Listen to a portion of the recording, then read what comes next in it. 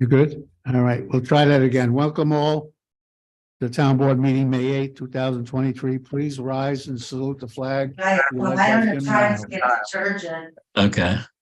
I pledge allegiance to the flag of the United States of America. Which stands one nation under God, indivisible, liberty and justice.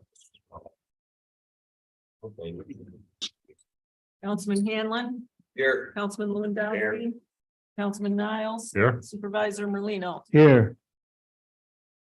All right, before we start the meeting, I have to read something about Zoom for you.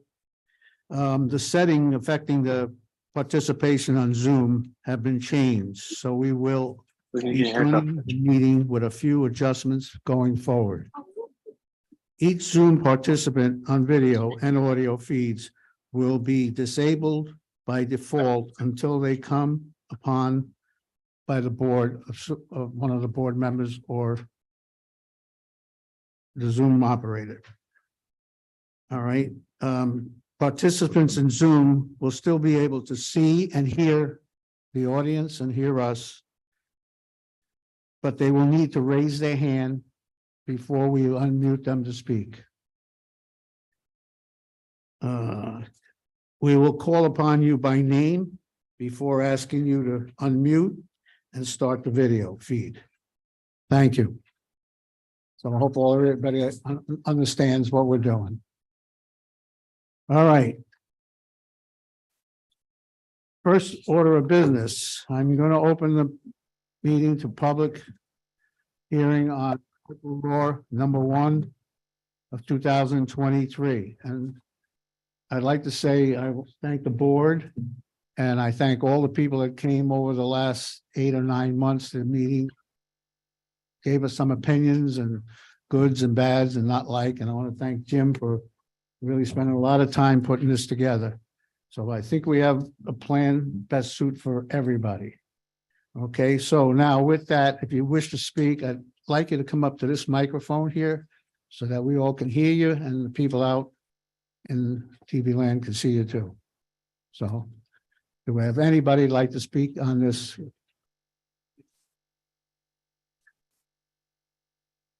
Is this the final proposal? Yes, sir. It's about the 10th draft, I would think. Yeah. I would like to speak. Sure, come on up. Hold that microphone up close, okay?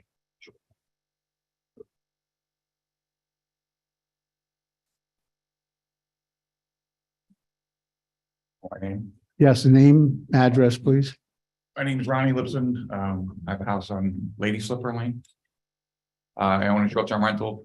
I've been coming to most of these, a lot of the meetings. And I thought we were in a great place where we were being reasonable. I don't believe that these are reasonable. We went from having permits that were going to be 3, 4, 5 years to every year. We're now having rules and regulations that drive around Lake Luzerne and see that no one else has to follow, but you're going to impose on us. You make it money in my pocket again to do septic inspections. We have a huge problem in Lake Luzerne, with outdated septics. They're not being held to those standards. All these things are being. I'm going to tell you my little story is I bought the house last year. I came in here. They said there was no rules. All I had to do was pay Warren County the 4% occupancy tax, which I do. And now I got to pay more money to Lake Luzerne. Fine, you want to have an inspection, that's fine.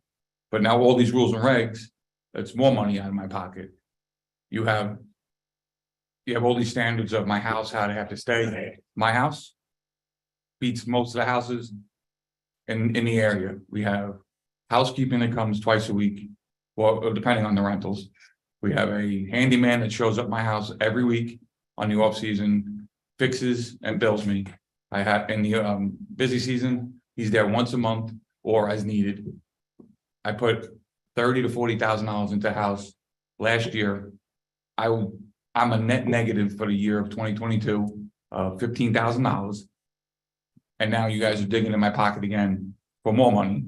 on a place that I bought in Lake Luzerne with no rules or regulations in place when I came in to do it. I don't mind rules and regulations. I don't think they need to be a year. I don't think that holding me to a standard that we're not holding the rest of the town to is acceptable. And I think this is an overreach by local government. And now you're gonna come in with a fee structure. So if somebody on the board has a friend that owns a motel that doesn't like the short-term rentals, we're gonna start finding short-term rental people, 500 here, 100 here, 200 there. And it's gonna be a money grab. I feel it's a money grab, but I'm already paying Warren County money. I just simply don't understand why I'm paying so many different people for the same thing that I've been paying for. So. All right, thank you for your comments. Okay. Thank you. Anyone else? To answer any questions or is it just really more of making comments? I think basically it's making comments. But if you had a problem, The person that speak to maybe answers about certain things. If you leave your comments, we'll consider your comments. Okay.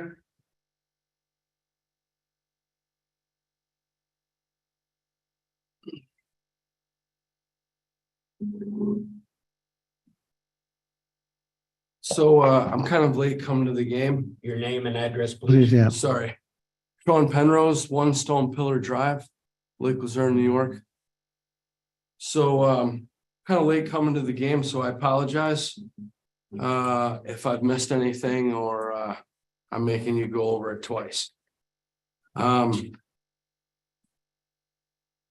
Is there, so this being the final draft, you guys are only going to assess 120 short-term rental permits? At the present time.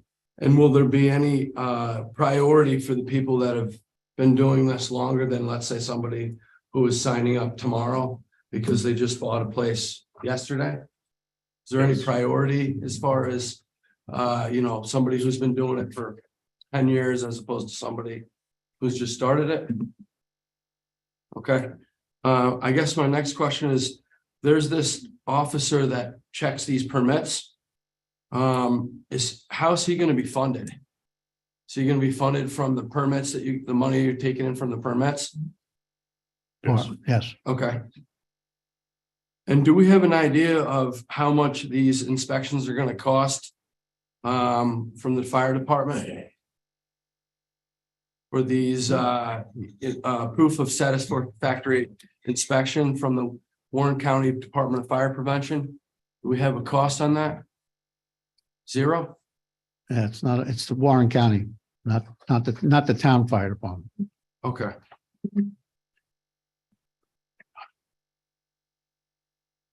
How many of these officers are you going to have going around? Is there going to be one? Is there going to be 5, 10?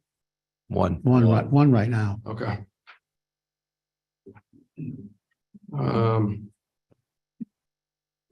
I just really have really one kind of gripe. One talks about if you have any problems and they need to contact you. It's on page 5. It's Article 6, Part B. And at the bottom, it says basically that you have to be able to, the contact person must respond within a half an hour. I just wish we can maybe extend that for longer than a half an hour. I mean, especially because we live in a rural area and we know that cell phones don't always work, and half an hour is kind of a tight time.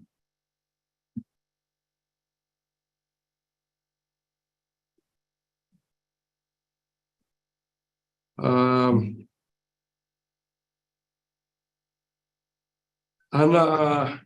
Article 7, Part D, I didn't really understand the garbage stuff, the weekly recycling and stuff. Is that for like putting it up at the top of the road or outside for your local garbage? Okay. Yeah. Okay. And I guess that's it for now. I appreciate the time. Thank you. Thank you. Thank you. Anyone else? Yep. Hi, Robin Finn, 18 North Ave. I'm just gonna say, I know we have to have septic actions, and I heard the date was like September 1st. I'm requesting that you allow us to have until October 20th or 30th, just because the rental season is starting. My family's been here for generations. My grandparents had a place and they also had a small caboose on the side. I don't know if you know my parents, the Deichers, but the caboose was rented out for years since the 40s. This has never been a problem. We take good care of our property. The only reason I decided to rent my property is 3 years ago or 5 years ago, actually, I moved to California for a job and for my youngest daughter. And there was a leak in my roof. My sister came in 3 years ago and there was a leak. And I wouldn't have known that being not here. I knew I was going to move back, but so I couldn't really afford to necessarily do all the upkeep and that sort of thing. I put every penny that I make on my property back into it. I have a new roof. I'm going to get a new sidewalk. I've done work inside. I just feel that it's so frowned down upon. And I think there are some good homeowners who really do take care of their properties and put the money back into it. I haven't had any issues. I came home thinking I was going to find things and it was cleaner than when I left it. So I don't know what the right answer is, but I do believe, as that gentleman said, that certain things should be for everybody. I hear other neighbors around the lake that are loud, and the person who rents my place, she is on top of it. She wouldn't let anybody disrespect Lake Luzerne because it has been generations in my family. So thank you. Thank you. Thank you. Appreciate that.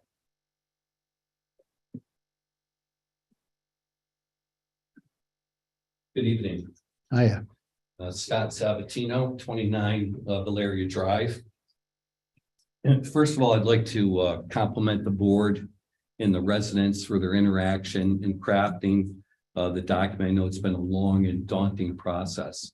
I would like to start with Article 1, propose and intent authority, which I consider that the mission statement. And the town board has determined that short-term transient rentals can be incompatible with the sense of privacy, community, and ambiance currently enjoyed in the residential neighborhoods in the town, and have the potential to create a threat to the public health, safety, and well-being within the town. Another paragraph, according, the board wishes to provide regulations to protect against adverse effects of this use while allowing it under appropriate circumstances. And I think the legislation that's proposed and that's going to be voted really makes a lot of headway, but I don't think it's equally balanced. For example, the permit application requirement. The application for short-term rental permits or renewal are very specific. It's got to be on a form. It's got to be submitted to the zoning office. It's got to be signed by all persons. It's got to be a non-refundable deposit, a copy of a vesting deed, proof of satisfactory inspection of short-term rental provided by Warren County Department of Fire Prevention, proof of satisfactory septic inspection, a site plan, a list of rules, a list of proposed short-term rental owners, and proof of registration. Where we lack in the permit process, accountability does the permit process have to set a criteria with, for example, that issuance of a permit, all current federal, state, and town regulations and laws should be intact. And we're talking specific to, say, Valeria Drive. We have the Warren County Fire Department that does an inspection of the premises, but also the Warren County Fire Department should also look at the entries and exits of those premises. In our situation, that private road, which we've all discussed openly, and we've all made comments with how dangerous it is, 12 feet wide at its best, 9 feet wide at its most narrow, where it's incapable of emergency vehicles. The residents, permanent residents that are there, we know that, and we work accordingly. And now everything has changed. And so now a permit will be issued because we have all these other requirements satisfied, but we're not taking into account with what the mission statement states. And it states very the town have the potential to create a threat to the public health, safety, and well-being within the town. Then in Article 4 and 3, which we already talked about the Warren County Fire Department, fire prevention. We spoke with that individual regarding our unique situation.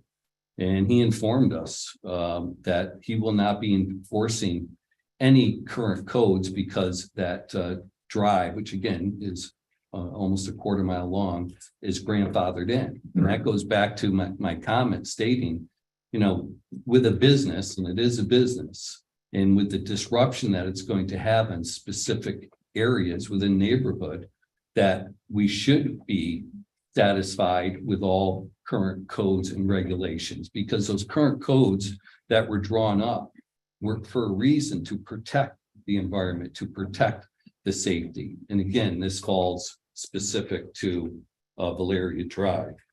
And then I would also like to reinforce that in Article 7, short-term rental standards, it states on A, short-term rental properties shall comply with all current federal, state, local laws, codes, rules, and regulations. How does that apply to the neighborhood and the residents in the community? And then lastly, we talk about the safety and welfare. And at one of the open meetings, which I informed the board that I am a caretaker of a watchful eye over Linda Galanka, who's an 85-year-old widow. She depends on critical services daily to sustain life. I've already had to deal with situations because it's impassable and the dangers of the road with backing up and the confrontation where her critical service and support staff have threatened that they will no longer service her needs. It's a unique situation. So does the permit process take that into account? That now potentially she could lose critical care that's needed to sustain life, that I have a level of responsibility for, which these provisions don't give any leverage or alternatives. One for Linda Galanka's safety and welfare. And there's just a few, before you vote on this tonight, I think you really have to kind of just tweak it so it's balanced with regulatory, that it protects the neighborhood and the neighbors and the property owners. That's all I have. Well, thank you. Thank you, Scott. Thank you.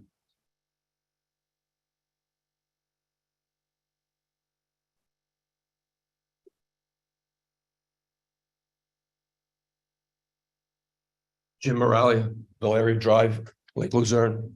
I sent an email in on Friday, and I asked that the town attorney look at the video link that I sent in the email, and I would like to know if that happened. I did not receive it. And I'm not making excuses, but I had no email myself since Your email Thursday. bounced back to me as Yeah. full mailbox, Yeah. Right, I saw the video. but I specifically asked for the town attorney to watch the video. I think did it's not- important. I did not ask her to look at that. Sent it to me. Did you send it to the attorney or just to the I don't board? can't- I called the town hall and tried to get it, the Mhm. emails for the attorney, and I was not successful. I went to a voicemail. It's Friday, the meeting's on Monday. So I sent it to the town board, hoping that they would do what I asked, which is to forward it to the town attorney. And it didn't happen, and I'm a bit upset about it. I kind of object to voting on this without her seeing the condition of our driveway. All right, thank you.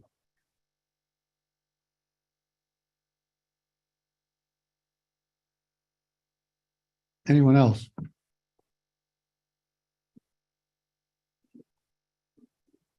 Fred Zuber, Lake Luzerne. On these applications, is there anything about deed restrictions?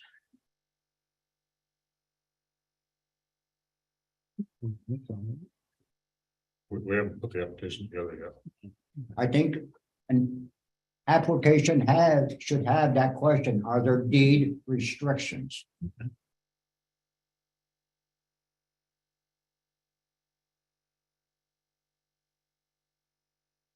Would you agree or disagree or? I think that, I want to think about it before I answer. All right, some of these deed restrictions say no business in this area. The town of Luzerne should not be able to override that deed restriction. The former attorney said that's a civil matter between two people. That I would agree with. I would too. That's what I agree with. But do you have the power to override a deed restriction? I don't know. I Thank don't you. know either. I don't That's know. what we have an attorney for. Right. Do you want me to answer? I would like it. Oh, sorry. I thought it was just public comment. Well, it's just public, it's comment, but Yeah. it's a question that, Sure. Yeah, no, the board cannot override a deed restriction, but it's up to the private individuals on the property to enforce those deed restrictions. So it would be property owners around the property that could enforce them, not the town. Well, can the town give permission to somebody that has a deed restriction? The Or town, do you have to bring suit against both? what do you mean bring suit against If the both? town gives permission to have an Airbnb on a deed restricted piece of property, Mhm. that there'll be no business on this property, and the town says, yes, you can have it. The surrounding landowners now can take that person to civil court. Correct. Do they also take the town of Luzerne? No, the town has no liability in that. So on this application, it should ask, are there any deed restrictions? Because you cannot override the deed restriction. The town can. That's up to that's a private property owners. Well, you're giving them permission. And we're giving them permission to operate their private property as they deem fit. It's up to them to do their own deed searches, whoever bought the property, and in discovery with deed searches, they would understand that, I believe. All right, so that deed restriction says no business on this piece of property. The property owner's responsible for that. That piece of property. The says- town wouldn't know that. Well, that's what I'm saying, that application should say, are there any deed restrictions? I think we're getting away from public comment, so we heard that Well, comment. Yeah, I'd like to see that in the Yeah. application. thanks, Fred. we're taking notes. Go ahead. I wrote it down. Anything else, but Enjoy. thank you. Anyone else?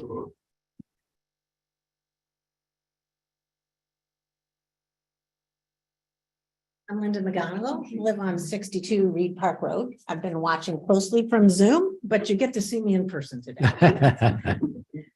I also want to thank you for all your hard work. I know this has been a challenge and you've been trying to listen to people and keep our comments and include them in your law.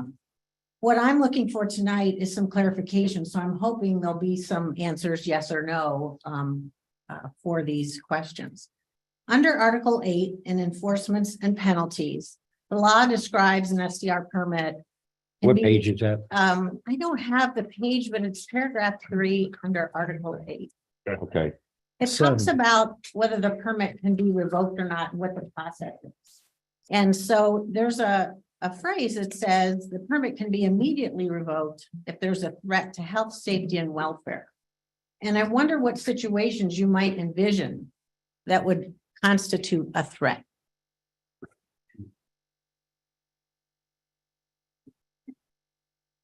Allowing sewage maybe to run across the property. Endangering the life of a person. I just want to cut in here. This is public comment. This Okay. is for people to comment on the law. Right. This is not a question and answer Okay. session.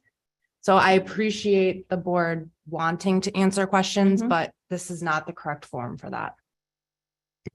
Yeah, what is the correct form? Because there's questions after, I didn't mean to interrupt, but I've read the law, read the new revision of the law, and there's differences in the old version from February and this version. And so this is the first time we've really had a chance to ask for clarification is really what I'm asking. Maybe- That's not true, okay? We've been working on this for a year. I, Let me finish. the verse, However, what you can say okay, is that you would like to see that spelled out more. You can say that and we'll write it down. okay. I'd just like to see that spelled out more. Also, I'll just be brief about this in Article 7, under the short-term rental standards. There's certain things and descriptions that you're not going to allow, no fireworks. Have to clean up the garbage. They've been very specific. And I might ask, given that we're not clarifying things, if you would consider being more specific about what happens when the short-term renters go beyond the boundaries of the STR itself. In fact, I'll just offer a few suggestions of things that have actually happened and that maybe you would want to consider them. We've had renters that have taken furniture from neighbors. We have renters who have urinated on neighbors' houses. We have renters who have thrown garbage on neighbors. We have witnessed altercations, arguments, refusing to yield the right of way on a one-lane road, yelling and profanity. We have also had animals running free onto neighbors' yards, attacking neighbors' pets, having renters not pick up after their pets when there's community shared areas. And these are all areas that I didn't see that were clarified in the law, and I thought it might be helpful to help prevent problems by addressing them in this new version. Thank you for listening. Thank you. Thank you.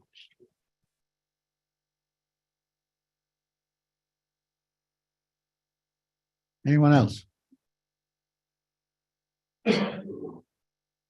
And Blunt, like Luzerne. Unfortunately, I know you guys can't come out and say it.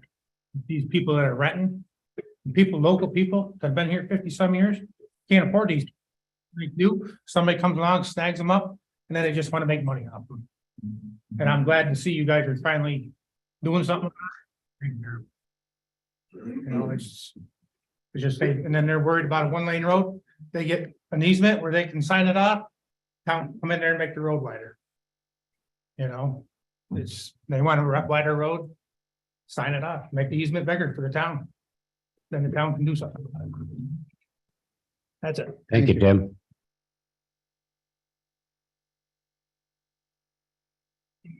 All right, anyone else?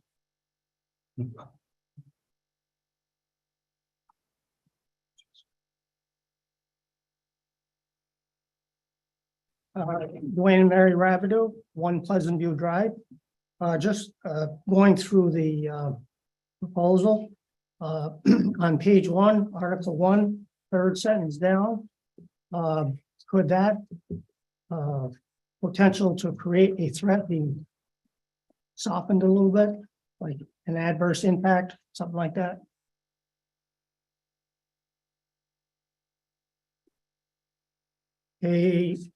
Page 2, Article 3, paragraph A, third sentence, the only 120 short-term rentals. How many short-term rentals are there in town now? I can almost verify 100%. There's 62, 62. but it changes every week It's as the somewhere county, around there. as the county's going, finding more. These are the ones that we know and have a permit. But there are some that still have not come forward to get the county permit. I One can't, report tells us there might be as many as 95. Okay, so nobody really No. knows for sure, but that's kind of the range. Yes. Okay, and that was an idea of just putting a number to it to stop it. okay. Article 3, paragraph A, sentence 9. All this stuff that for the short-term rental completed by September 1st, 2023. Since there's been a delay in trying to get this thing passed, should that be extended to the end of the year? So we get through the season and then we're able to deal with these, go have the permit. Make sure everybody's got their permit, but to actually complete the inspections and things of that nature. Because the season has definitely started. And I think it would be beneficial for everybody, so, that we can be up and running for January 1st. That's kind of a suggestion. Thank you. Article 4, page 3. I think you answered it, that has the application form been completed yet by the town? I'm sorry, The application form, has that been prepared by the town at this point in time? it will, no, No, I don't not think yet. so.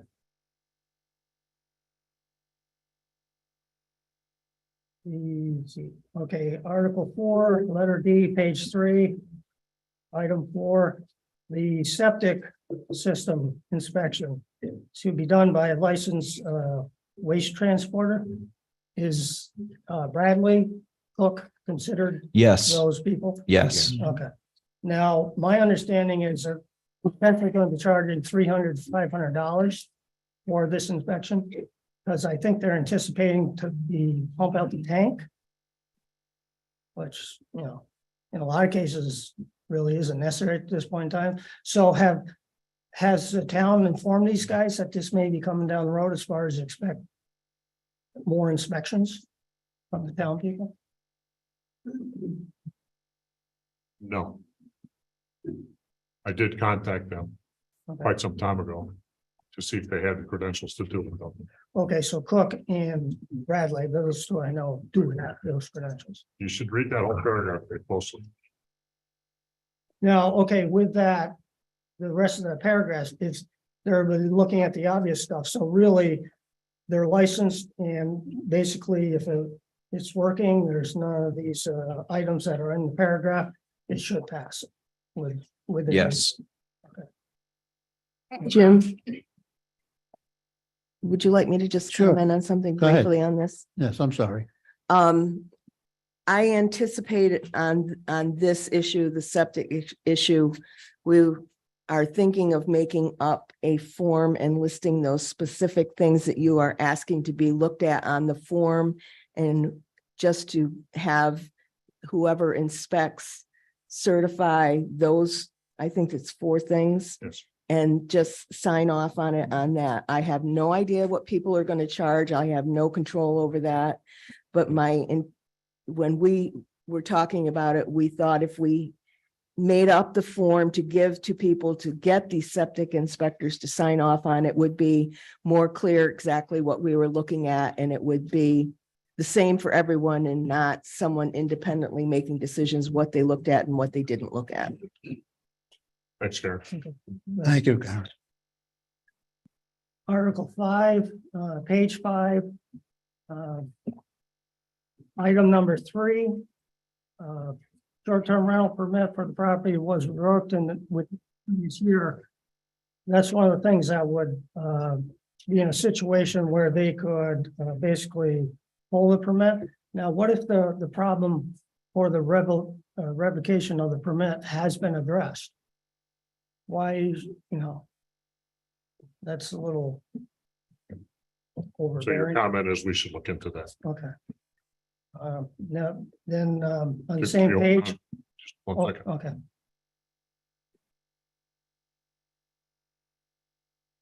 Thank you. Okay, item number 7, page 5. During the time the following submissions of an appeal prior to the decision of the board, the determination of the zoning enforcement officer or SDR officer shall be in effect. Now, is this a situation where you're guilty until proven innocent? Because obviously the zoning officer probably saw something, but the decision really is either the town board or the zoning board of appeals. The final. Number 7, article, Article 5. Article 5. Number 7. Article 5, number 7, Yeah, On page 5. on on page page 5, 5. yeah.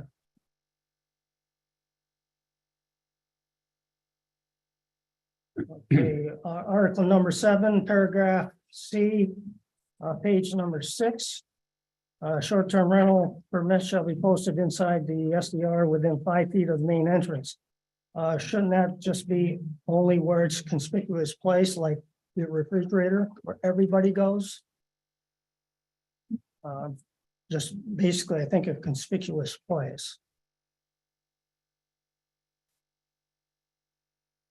Now, Article 7, page 7, item H, a guest registry must be kept.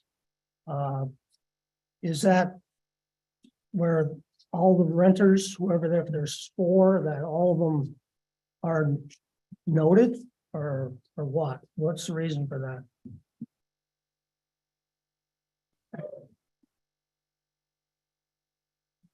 That, and then just a clarification, no campers, no RVs, no tents, and no outbuildings used for housing.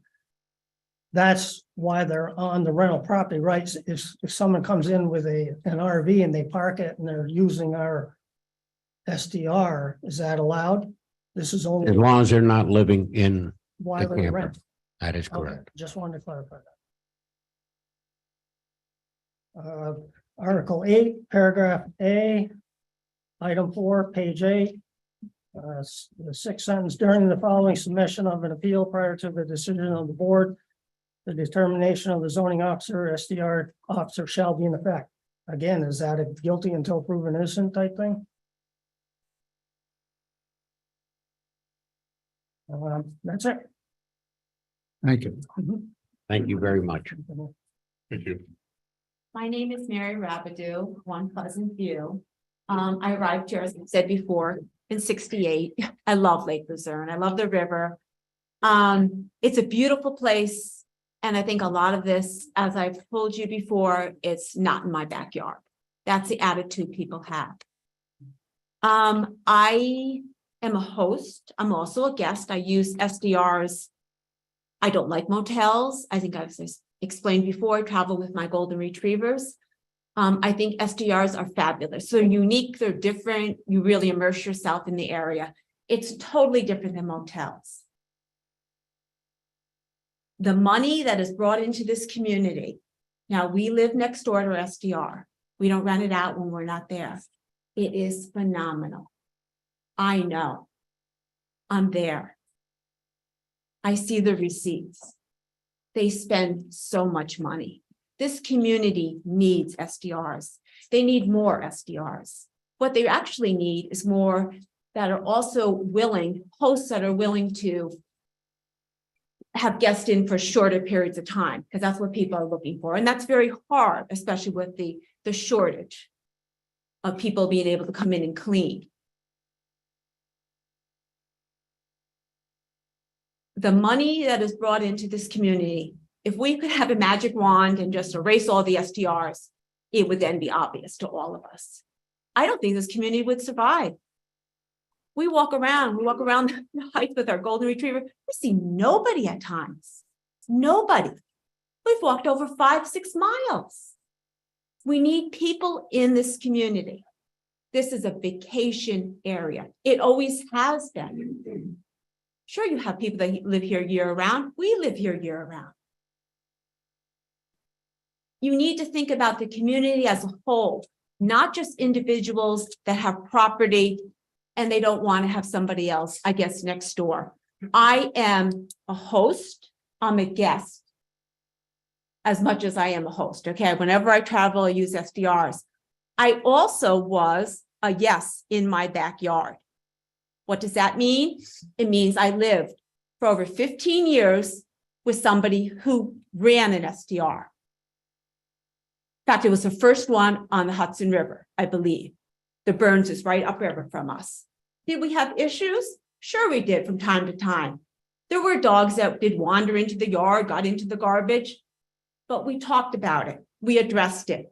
I saw that they were making money, the individuals, the host, and they were putting the money into the property. And I also saw what these guests, how they were spending money in the community. The people that we purchased our property from, they were from Schenectady. They only came up here when their grandkids were up here. That was it. They knew nothing about this area. They were self-contained. They always brought everything with them.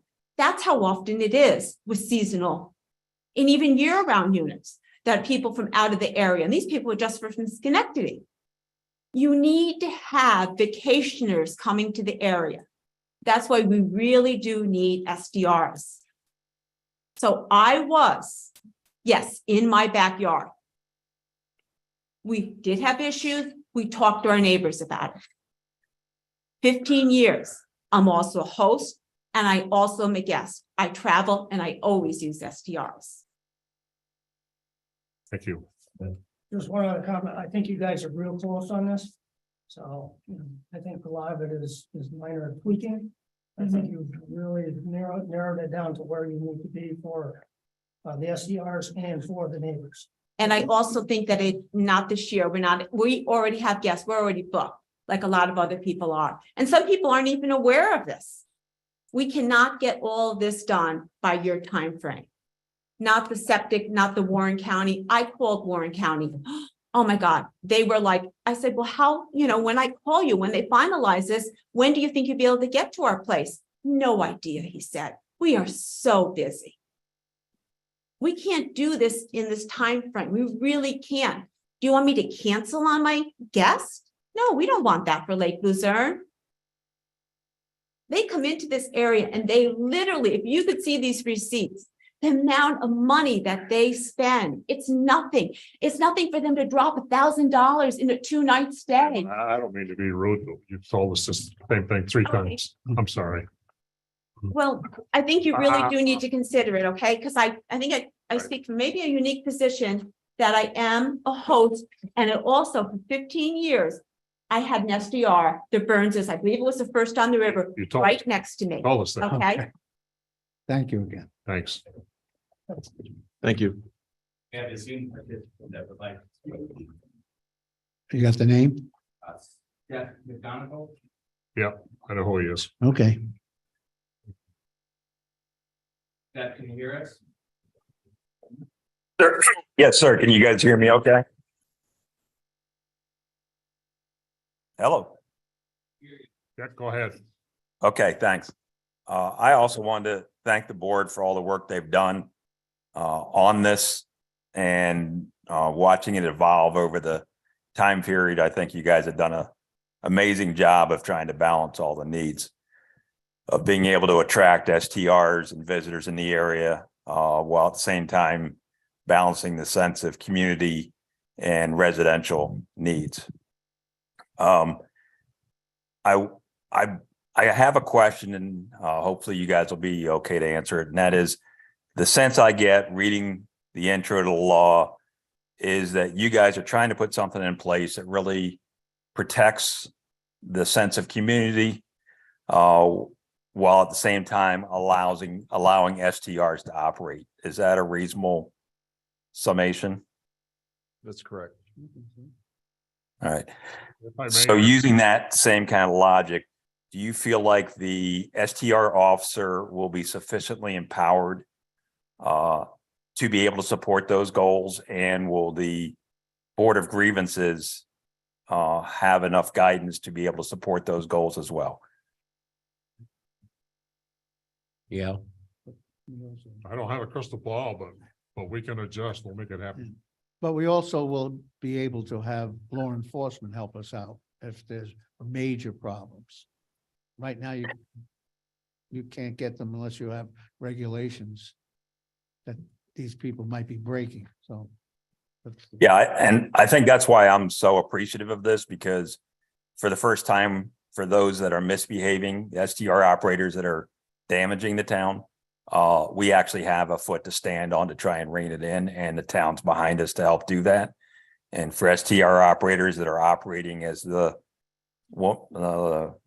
lady who just spoke talks about, high quality operations, they're not hindered in any way. So thank you very much. I appreciate the clarification. Thank you. Thank you. Anybody else out there? No? How about in here? Anybody else?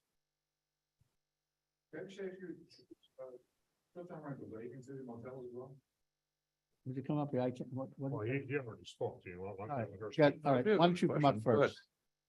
I don't have a problem. No. No. So they can go for short term, but they're not. The gray area of the law right there. Page one has, page one has definitions on it. I thought it wasn't. Samantha Vilmar, 15 Pine. Just a couple comments. Article 1, there's a note about how short-term rentals have the potential to create a threat to the public health, safety, and well-being within the town. Just a comment, if the regulations are effective, how does limiting to 120 rentals aid to that? How is that in line with the goal of maintaining public health, safety, and wellness?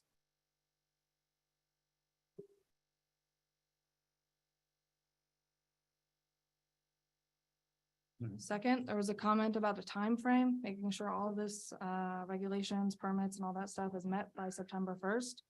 It's a legitimate concern. We cannot just cancel reservations. It impacts our ratings, which then impacts people coming to Lake Luzerne, over Lake George, over Warrensburg, over any of the other towns. So I mean, you guys can push us to the bottom of the list if you want. We'll cancel reservations, but it's not really in anybody's best interest. Another comment. We bought the old caboose that everybody talks about. Everybody knows what it looks like. As a long-term rental, it was trash all over the yard, trash property, may as well have been in foreclosure. So we put $70,000 into it, turn it into something that makes money, that brings people to the town, people that want to come and see the lake.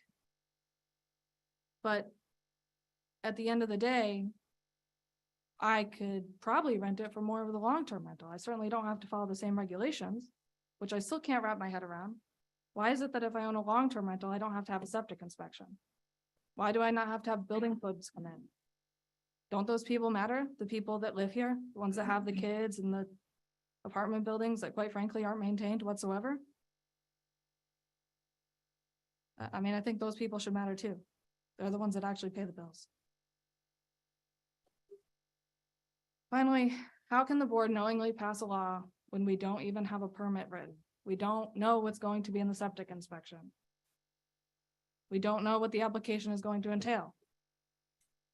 We're going to enforce a document that that doesn't even exist.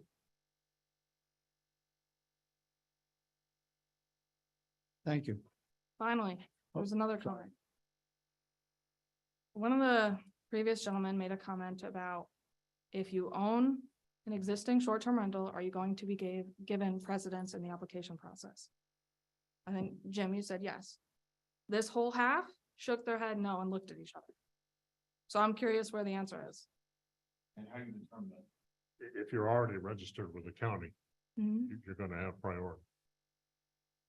But you said that, but this crew just looked at each other and shook their head no. So that's why I'm asking, is this defined? Has this been clearly spelled out?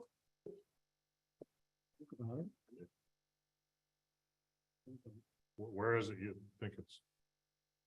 I don't think it's spelled out. That's my point, is maybe it needs to be. That if there is precedence to those that are already operating and are already operating successful businesses, at least give them the chance to come in and prove themselves to the town. Are you registered with the county? Yes.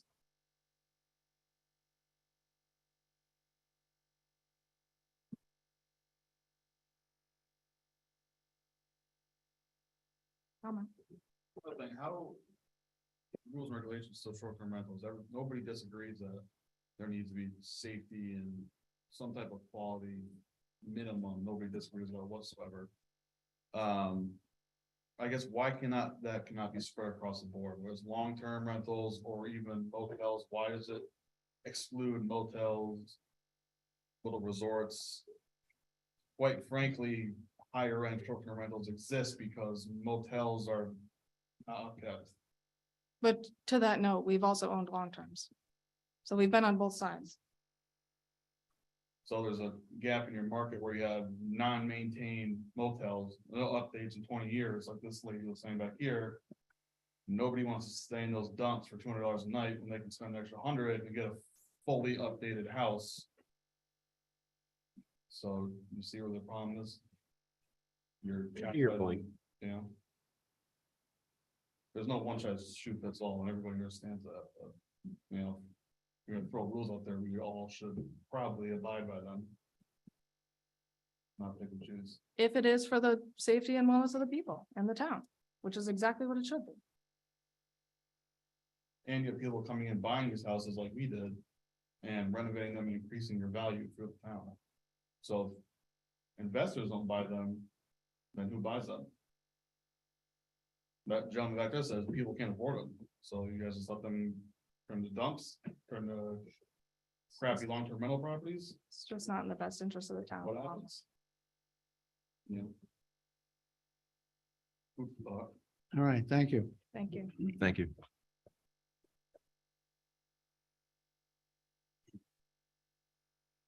Anybody else?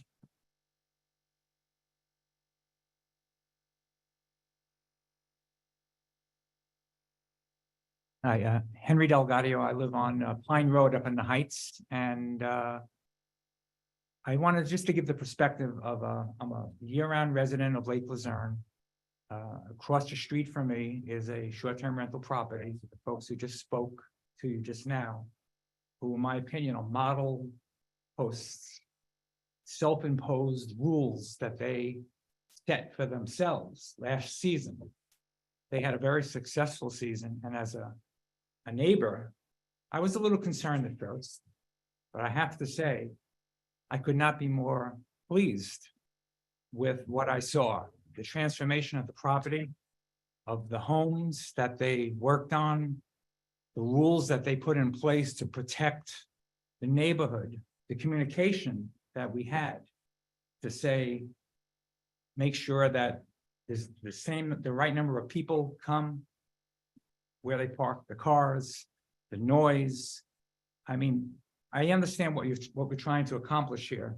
And I know every short-term rental in the town might have its own unique set of issues. But I just wanted to give a positive spin on the short-term rental from my vantage point, right across the street from me. I am extremely pleased. The property has never looked better. Yeah, everything was tremendous. And if every short-term rental could be run the way these folks run theirs, I'm sure there would be no issues. So I don't know the ins and outs of the document. You know, I think that's for these folks to kind of work out. But from a homeowner perspective with the short-term rental, I'm very pleased with what I saw last year. Good. Thank you. Very good. Thank you. Thank you. Thank you.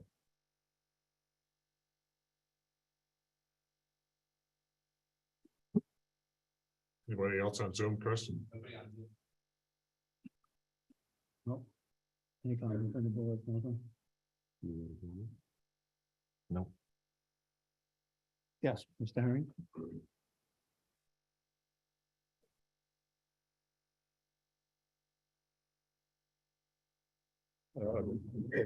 Jack Herring, like Luzerne.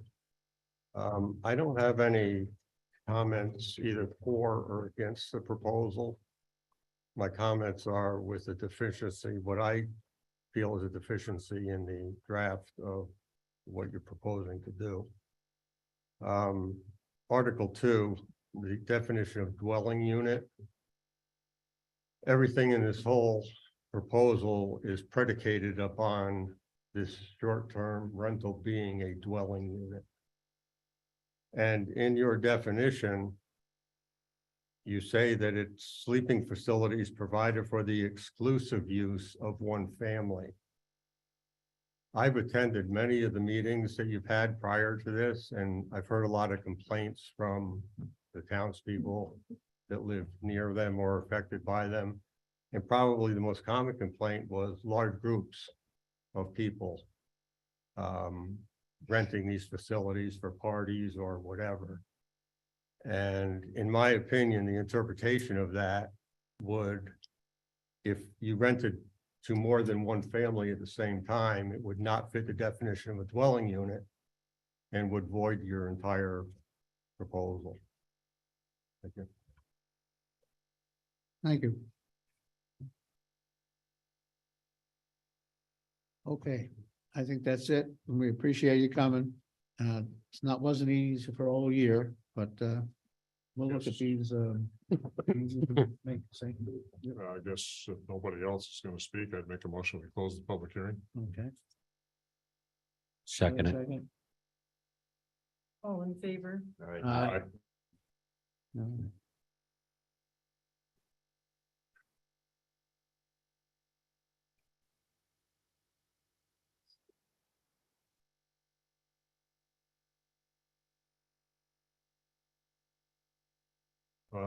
Want to have some discussion on this now, or do you want to do it later, or what do you want to do? I think we need discussion. Okay. Most of what I heard tonight, we've gone over numerous times. One thing I want to say is one person read the first paragraph, but left out the center sentence, which says the board recognizes that short-term rentals can attract visitors to the town and can provide additional source of income. So we're not trying to shut down short-term rentals. No, we're not. The other thing we've said numerous times is several people, one neighbor even stated tonight he's real happy with the short-term rental across the street. The fact of the matter is there's probably a dozen or so that we have a problem with, and if they could clean it up, we could tear this thing up. That's my feeling. But as we've gone through this over the last year and a half, the majority of the people that have been here at our meetings run a good tight ship. We don't have, probably never had a call. We believe in what you're doing has been done correctly. You formed your own rules, regulations, the whole 9 yards. You never hear from the people on the other side. And this is our problem. We're here to try to protect the people that do own STRs, the people that live next door to them, and everything else. Just like all the other communities within our area, they've had to come up with something to protect and take care of the people that don't take care of their rental units. And this is where, for 100 years, this is how laws have been put into effect because the guy next door didn't do what he was supposed to. And how do you correct it? And this is what happens. And I think anybody that has a short-term rental here this evening knows exactly what I'm saying. Thank you. Another issue, the basically 90-day time period to get inspection done and stuff. Assuming that we get it in place June 1st, and that's just an assumption. Couple things have to happen. Zoning office has work to do, and the other thing that has to happen is the state Secretary of State. That's assuming we pass this, and we have to turn this law into the Secretary of State, and it takes some a few days to officially stamp it, get it out to us. But our zoning office is saying that they would like until at least June 1st to put this in place. So whichever comes later, June 1st or Secretary of State signs off on it. I think the 90-day period is reasonable. 2 or 3 people brought that up tonight. But the septic inspection is probably the longest time period to get done, and we've cut way back what that septic inspection has to do. Pretty much the obvious. I don't believe you'd have to pump to get. Not as the one I talked about. I didn't want it. That's what I didn't want. In fact, you and I differ on that a little bit because one of my concerns is environmental. Well, it's my concern too. Yeah. I don't want to be assumed that my concern is environmental. I lived here my whole life. No, I'm not saying. Yeah, but I was worried about the intrusion and getting in. Right. getting everybody's business, Yeah, you know, with the, and I. the one I gentleman agree. said about the pump out, all the mandatory gets up in about $1,500. That's what I did not want to see happen. I've received several emails. I'm apologizing if I butcher your name. Maraglia, Sabatino, McConnell, Baxter, and there was two more that I couldn't find quickly tonight that I got. He's in the Heights. I forget his name. But he has a cesspool. Yep. So he's really concerned about that. We spoke to the county. When was it we had the guy in the middle of winter? Yeah. And do you recall what he told us about how quick he thought he could do these inspections? Well, I have to say that someone in the audience mentioned that they had called there and they said they're very busy. They are short-staffed at the moment. They have one of their inspectors is out with surgery. And so I know that the office is short-staffed right now. I just spoke with one of the people in the office today. I did not think to ask, timeframes or anything. I am understanding that they charge a $75 fee, I think is what they told us originally for this inspection. That was one of the questions, but I know that they are short-staffed right now. Right. Last winter, though, obviously it's changed. Correct me if I'm wrong. Seems like he told me they were running less than 2 weeks. But That's true. that may have changed. I know that one member of that office resigned Okay. and they have one member out right now for a period of about, I think, 12 weeks. is it 12 weeks? 12 He's weeks. going to be working in the office, doing phone calls, doing plan reviews, but he's not going to be allowed in the field because He won't be back out in the field. They figure at least a minimum of 8 weeks. Now, this came up 6 or 8 months ago, that this might be a problem. And that's why I think, Paul, was your suggestion to let existing STR owners put the permit application in without those 2 inspections being done. But get those inspections done within 90 days. Whereas originally when we wrote it, we said you had to have those inspections done with the application. That is correct.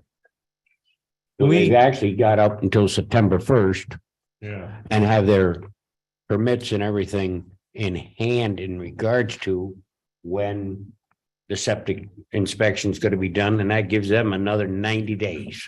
So could So we that all, takes you to the end of the year. so you're saying for everybody to get their inspections done and to take them to the end of the year, they have the end of the year to go inspect it, is what you're saying? The way this is written, they got till September 1st. Yeah. How about, I think there are some good comments about extending this out. I think that's very reasonable. This is the first time we're doing this. This is the first time we're having to deal with the county. I think I the work for wording right there is they have to government have agency. Let me what tell I you. get said Good luck in with that. regards to having applied for their inspections and everything by September 1st, and they give them the 90 days after that to have it done, which takes them to the end of the year. If for some reason county's tied up, you got to realize winter's going to come into this factor again, the same thing that happened in the spring when they couldn't get their inspections done and things of this sort. Yeah. Well, I don't want them getting penalized if it's not. We're behind. That's kind of why I'm wondering what good will the extension do? Because one of the complaints in the spring is they haven't turned the water on yet. Well, the extension in my eyes is, we've been going over this for quite a period of time. When this was written, we figured 2 months ago, it was all going to be clear and green and go. So do you want to change it from September 1st until November 1st? Okay, these people have gone out. They've got their STRs, they've been booking, they're registered, the whole 9 yards. And with this statement, the way it is put right now, like the lady I said, have a problem switching to November 1. I don't either. I think it's a prime time for people to rent too, and it's. At least by November 1, The ground usually has not frozen by then. Yeah. In my eyes, it's going to be a better time to inspect your sewer system. Because you've had renters in there all summer long. Now let's see if it's working or not. Okay, continuing on with the comments, the Valrea Drive situation, the road. We've discussed that in detail. And that's a private road. It's owned by, I believe, 4 people. And I don't know, perhaps we should get legal help with this. It's my gut feeling that we shouldn't be sticking our fingers in private road stuff. Correct. When we first, one of the first rounds we did with this regulation, proposed regulation, was we actually tried to define what an acceptable road is. That sent us down another rabbit hole we don't want to be going down. Right. For inspection, legal, whatever, a whole bunch of reasons. So I don't know, how do you I feel believe the about way that? I'm reading I it. feel the all same it as is we felt before. is Yeah, wording. it's in here that We they have had to it comply with what the we codes. already have, So if okay, and by changing it, something okay. happens, then now it goes back to county and does away with the 2011 call a lawyer. grandfather clause. Because we're putting it in as a precedent. Yeah, Is that correct? it's private property. I don't know. Yeah. Legally.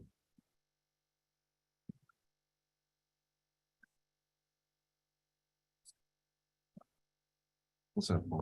You think we should move on with business and then we can sit around? I'm 3/4 of the way through. Huh? Okay. 3/4 of the way through. Right. I'll do whatever you want. Well, keep going. You know, we've talked about Do we need to wait? for Valero you, Mary? Drive numerous times. Okay, I'm gonna speak out of probably context here, but at the same time, it's a private road. The people on that road, let's assume you didn't even have an STR on there. Okay? In my eyes, if I lived on that road and I couldn't get a fire truck down there, an ambulance, or my next door neighbor, in your case, Scott, has a, health issue, I'd be doing something about it. That's your road. Okay, I know you've got very tight limitations. And I'm not saying because you've got an STR on there. This is my feelings. If I bought a piece of property on that, that could be your wife, his wife, or a friend that came in just to spend the day with you. And I don't know why, and that's my feelings about it, why I would not making sure that's being taken care of. Can I make a comment on that? Sure. No, So I appreciate it, but it's changed once the town issues a permit to run the business. It changes the whole landscape of traffic, rentals that we have under control. But the owners of the property, we all work together. We know the risk factors that come along with it. Does your insurance company know the risk factors? They do. Okay, It's all like that. okay. now, Thanks, Scott. working my way down my notes, sit next to you, Mr. Moralia. I made the decision to not send that video to the town attorney. Because there's no doubt in my mind that road is not safe. They're not. I didn't see the point Okay. in But if we. in sending it to her and paying money for her to tell me that road's not safe. Just so you know, blame me for that.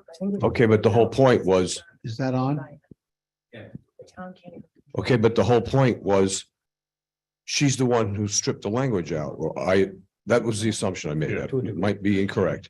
But I wanted her to see the condition of the road. I wanted the town attorney to see the condition of the road. Okay. Moving on.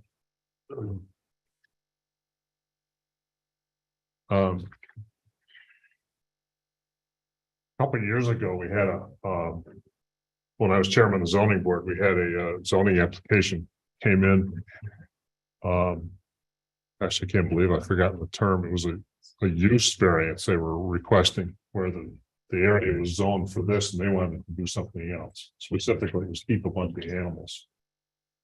And halfway through that whole process, it popped out that there were deed restrictions in the deeds already. As soon as that was discovered, then he withdrew the variance application. So I'm inclined to say, I don't see anything wrong with putting a question on the application. Are there deed restrictions? I don't want, Mary, maybe you could help me with this one. I don't want to be. It's not our business. I ran Not the into, town's I ran business. into this situation on the last piece of property I owned and lived there for 20-some years. There is, when that location was put together, in my deed, there was a numerous amount of restrictions on it. No outside clotheslines, no outbuildings, no this, no that. When I bought the property, I knew what I was buying. And then all of a sudden, no two-family dwellings. I brought it to, at that time, the zoning board. And I said, we've got two-family house now. We got a mobile modular home in there. Okay. Those are deed restrictions. You know what I was told? Can't do nothing about it. You got to take it. It's a civil suit. Am I correct? Yes, that's true. The town has no control over deed restrictions, none whatsoever. I wouldn't even put it on the application. So you would advise not to put it on the application? Just because the town literally has no control, no authority, cannot do a thing about a deed restriction. Okay. We put the discussion on hold for a minute. All right, we have to hold from, change the disc. Thank you.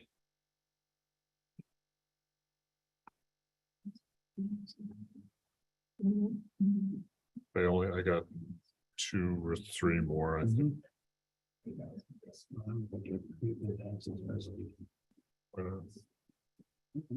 Still part of the one, really one change. There's a date. Oh, yeah. These people. Here. Yeah. This is on the summer. So. I think. Yeah, but most of us are already done. Can't do They're taking care of it. Can you stick your nose in there? That's right. I thought this. I'd love to help them out. I think you would too. I would. Yeah. You know, then you're. Why, yeah, that goes back to a lot of things you said. Yep. I know what you're saying. It's your heart. Your heart is gonna get you in trouble. That's the problem. Yeah. But then you're like, if I do that. I violate their. Tonight, I know. a couple of changes. And you feel the same way? I don't want to get everything. No, I know. Well, I think. extending I the think septic still. system to November, I think that's good. I don't. See any others? Okay, All right, we're back in session. one comment was All the, right, come on, we're back in session, all, please. one comment was the fee cost $200. If I remember right, we figured it was gonna cost the big $250 the town to administer this thing. Yeah. So I'm saying statement. Yeah. Small comment, I think it's in the first paragraph, the word threat was used. We talked about that extensively 6-8 months ago, and we decided to keep that word. Perhaps that sounds nasty, but it does describe the Situation. It could.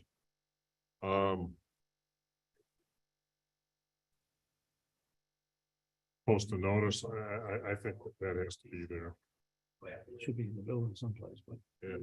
Define it. The posting of the notice is no different than most motels. It tells you exactly, Yeah. you know, this, that, and the other thing right next to the door. I think the conspicuous place could be, as it was mentioned on the refrigerator, I think telling them so many feet in. Not every layout of the house is the same. The inconspicuous place. Yeah. I think we just, conspicuous place is fine. Where was it? If it's on the Do you fridge, remember? it's conspicuous. Everybody goes there. It's fine. I gotta find out what article that was. Yeah, Look for there 5. it is. There it is. 7, it's page 6. Paragraph C, second one from the bottom. I had it checked. So what about adding the word conspicuous in that paragraph? Change it to, Can I just make a comment on that? sure. You're now asking your zoning enforcement officer to make a discretionary call, whereas if you have it 5 feet within the main entrance, you're not asking them to make a discretionary call. It's laid out in the It's statute. not specifically at 5 feet, but within the 5 foot radius of the main entrance. I think that's better, yes. What do you think is better? I wouldn't put conspicuous because then someone's term definition of conspicuous might be different than someone else. You're asking someone to make a discretionary call, whereas if you say within 5 feet of the main entrance, it's pretty cut and dry. Best location. Right across from the toilet. That's what it says. Yeah, well, I think, It says within 5 feet. I think council's trying to get rid of words that are Right. subjective. Correct. Okay. Okay, Okay. a couple folks brought up, why doesn't the whole town have to do this stuff? And we've been over that 5 or 6 times. One of the major things I remember is a permit. This is a privilege. Correct. It's a privilege of town. If this is enacted, it's a privilege the town's going to grant for somebody to run an STR. That's why the whole town doesn't have to do it. Okay, Well, why don't you read the standard of living for people who live here full time? Period. No, it's not. That's apples and oranges. There's people here that can't afford to live like some of these STRs. Believe me, I lived here my whole life. Struggle. Some people here struggle. So they ask them to do that. I get where you're coming from. okay, that's pretty much the highlights of what I've written down. So if I'm to summarize what I think we just did is we changed the date to November 1st for compliance with the inspections. Yes. Very reasonable. I agree with you. Oh, I don't have a problem with that. Should we move forward? Yep. Yes. All right, and I make a motion to that, well, we already have, it's coming up, right? Should we wait on our agenda or it's the first one? I make a motion, we approve this as law number 1 of 2023 with the modification of Article 3A shall be allowed to operate prior to November 1st instead of September 1st. Are you going to address the date that it's going to be implemented? Right now, you just have it being implemented upon the filing with the New York State. Were you going to change that to? I wasn't going to, and I'll tell you why. Cindy, how long, from your opinion, does it typically take to hear back from the state? Couple of weeks, maybe. Okay. Okay. That being the case, then a second amendment I would add to my motion would be that the law becomes effective June 1st or after the State of New York. the state of New York responds, whichever is later. In other words, it won't go into effect before June 1st.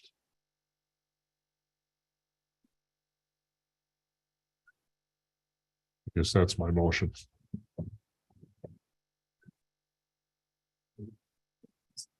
We just did what no emphasized. Well, yeah, but that's just for the inspections. Yeah. But now we're talking about when's the law go in effect. Yeah.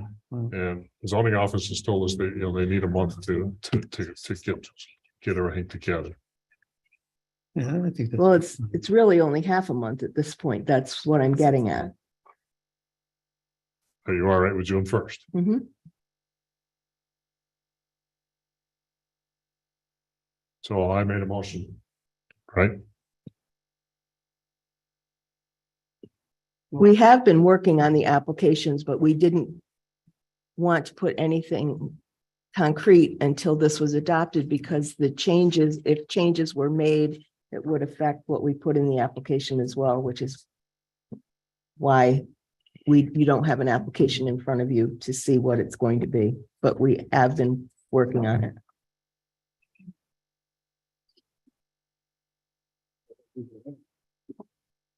I just need clarification on the effective date of the law. So the law cannot become effective until it's filed with the Secretary of State. Right. So it's either June 1st or the filing date, whichever is later. Is what you're saying? Okay, so if it's filed before June 1st, it won't become effective until June 1st. Right. Okay.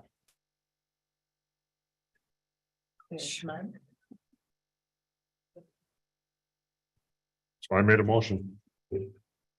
I'll second my motion. Probably ought to do a roll call soon. Okay. Councilman Hanlon, Yes. Councilman Lewandowski, Yes. Councilman Niles, Yes. Supervisor Molino. Yes.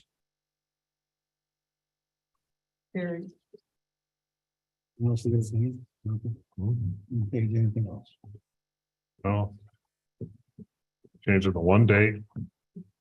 And we're adding doesn't become effective until June 1st. Or whenever the state files it, whichever is later.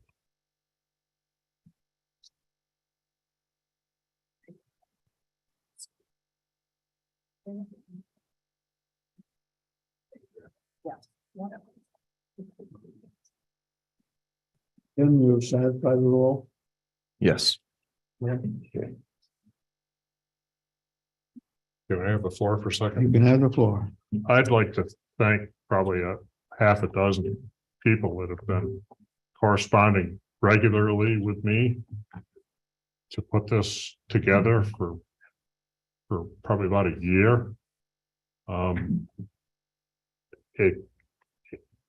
That kind of community involvement, for lack of a better term, warms my heart, shows me that people want to do what's right for the town.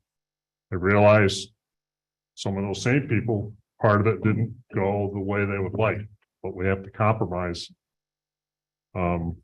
Otherwise, we don't get anything done. I made the analogy to a couple of folks recently that the barn door has been open. And, you know, we have someplace between 60 and 90 STRs in town already. So we put a cap at 5%, which is where the 120 came from. It's not arbitrary. It's 5% of the single family residences in the town we thought was a good spot to draw the line. So again, thanks to several people and you know who you are. I appreciate it. So.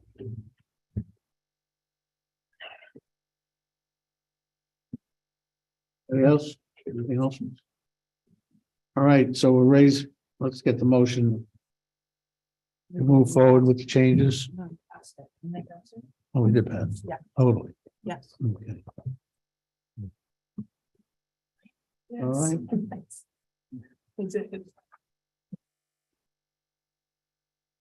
All right, now we're gonna move into the rest of the meeting now. Get back to my notes here. All right, so that's passed. We didn't read the public hearing notice, but that's fine.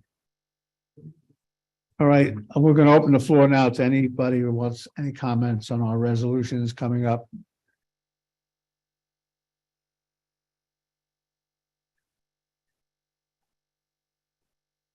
Mary Ellen Allison, Lake Luzerne.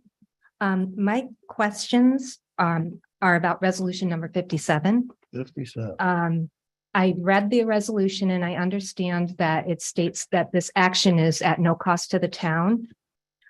But I was just wondering, this wasn't discussed at the agenda meeting, and it's okay that it can be on here. I wondered why it was on here and not discussed previously. I'm, all right, what is your question? Why? is- I can answer. Do you Okay. want me to answer this? That's because this came up at the planning board meeting. That's And the what I thought. planning board referred it to the town board for action. Okay. Then my next question would be, why would we do this, even though it's at no cost to us? If this project hasn't even been approved by the APA yet, why would the town authorize to do this if it hasn't been approved by the town or the APA yet? It's just a Go ahead. question. Good. Yeah. There you go.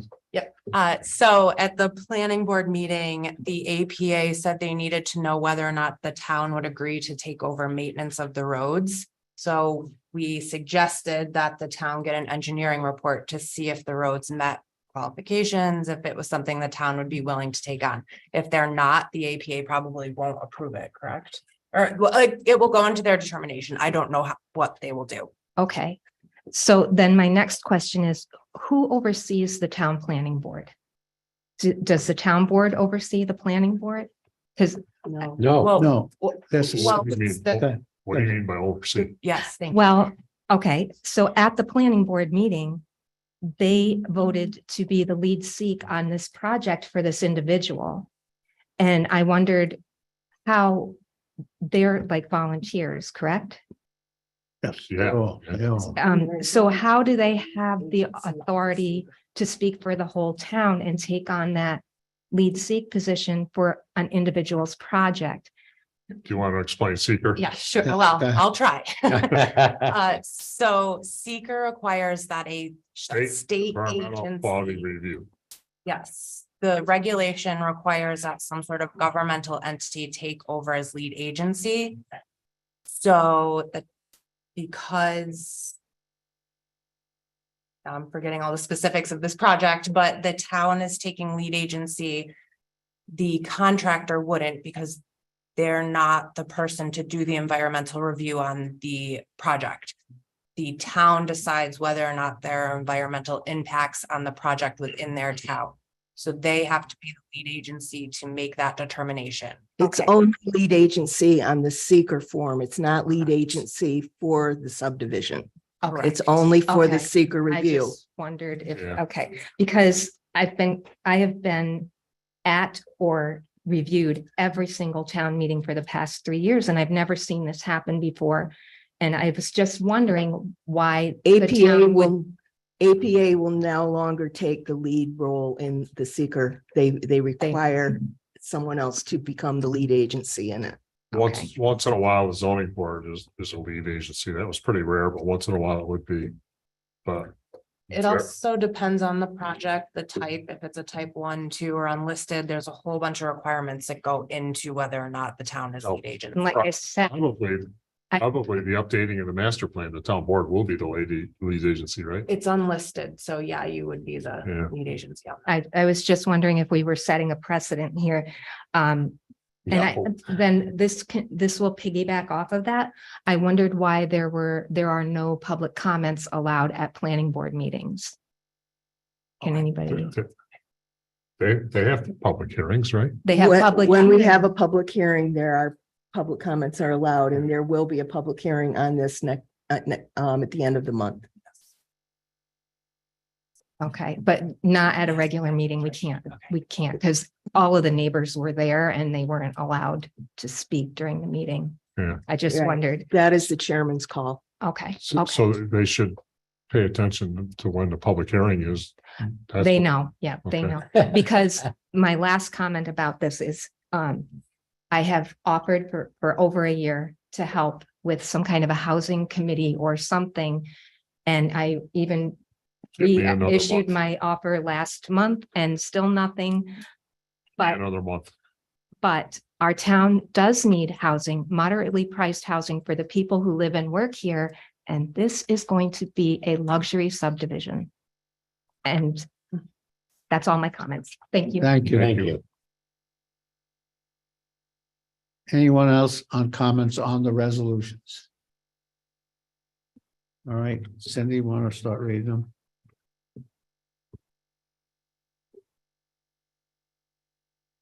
Resolution 51 of 2023. To pay the bills of the fifth abstract numbered and totaled as follows: General Fund number 1644 to 1696, totaling 45,983.79. Highway Fund, number 1697 to 1725, totaling $35,456.75. Lake Luzerne Water, number 1726 to 1737, $22,910.31. Hudson Grove Water, number 1738, $25. I'll make that motion. No second.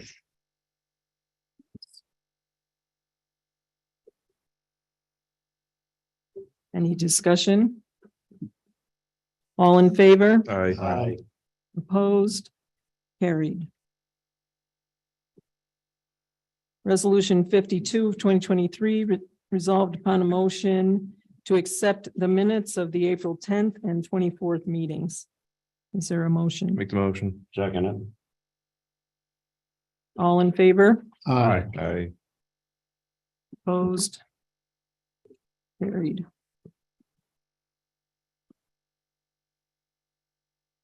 Resolution 53 to set a public hearing on the comprehensive plan final draft.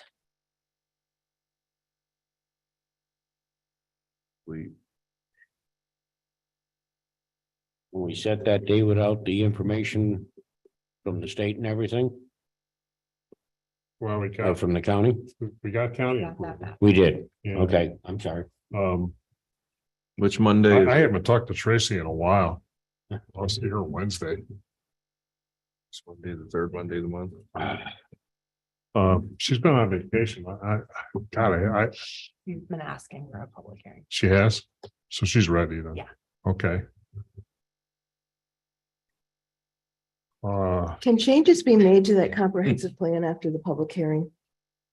Yes, but depending on what the changes are, you might have to have another public hearing. Okay. Oh, gosh. When do you want to have another public I hearing? don't know. Why? Monday seemed to be Well, we great. got one on the 15th, which is next Monday. Yeah, Isn't that The the following Monday Celicor? yeah. Yeah. is, I don't have a calendar in front of me. Well, 19th is the following, I think, right? No, that's No, Thursday. it's, today is 8, so next Monday is 15. After that, it'll be 22 if we stick to Mondays. And after that's the 29th, which is Memorial Day. This does have a 10-day notice period, which is not usual. So it's much more. Want to have it at our regular June meeting? Oh, God. Yeah, Sure. But make them longer. What? We're just laughing. Ignore it. Not at you, we're laughing with you. All right, what's the second Monday? in June? 12. The 12th. So let's make a motion. We'll move it on for the 12th. All right? That's the second Monday. That's our regular meeting. June 12th? Yep. June. I'll second that. Okay. June 12th. Yeah. It's our regular June meeting. 12. West.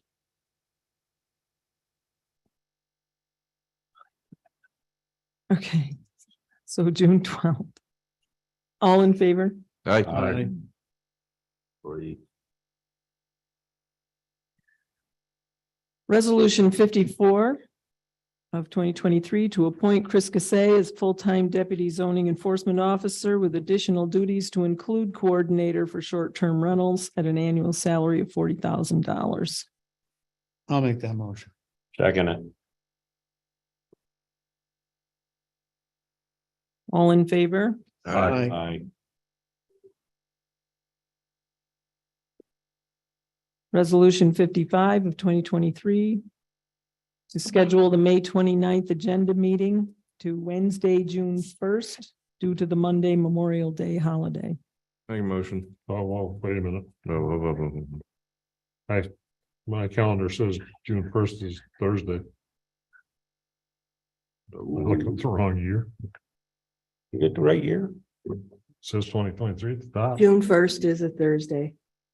Okay. Good one, I Jim. feel better, Cindy.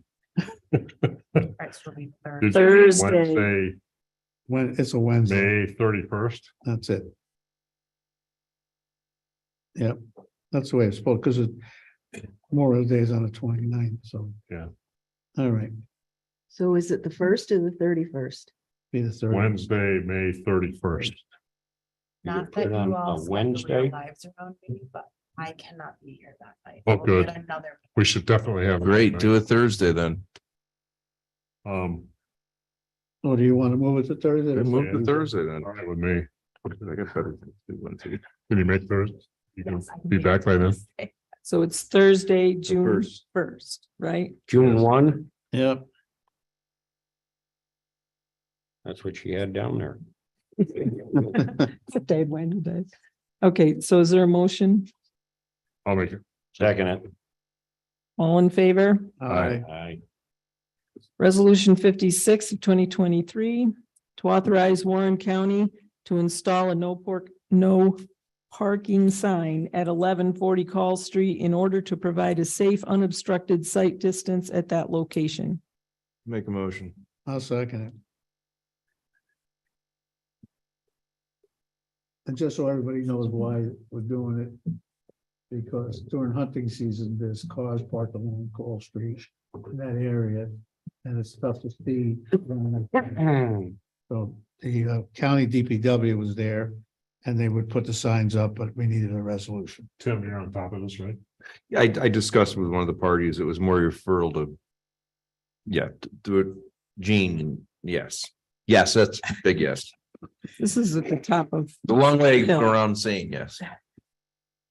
okay, all in favor? Hi. Aye. Thank you. Resolution 57 of 2023 to authorize Cedarwood Engineering to review the road plans for the Reed major subdivision applicant at a cost to the applicant, not to the town, to determine if the town will take ownership of the roads within the subdivision. I'll make a motion. Second it. You want to have discussion on that at all? If you'd like. Well, what are you thinking? Yeah. Well, again, this was brought to you because this is being looked at, this is under review by the Adirondack Park Agency and our planning board at the same time. They've been working with Adirondack Park Agency longer than with the town. And in order for them to proceed with their application with the Adirondack Park Agency, they need something from the town indicating that the town is willing to take over the road if the subdivision gets approved through the planning board. It is not in an approval state yet, but we need to have the engineer review it to make sure that it at least meets town standards in the subdivision book before a decision is made. So it's a preliminary review. It will come back to Ronnie and the board after the public hearing, probably to see if the town wants to take ownership of the road if the subdivision is approved. Again, this all we're looking at right now is a preliminary plat. It is not the final plat.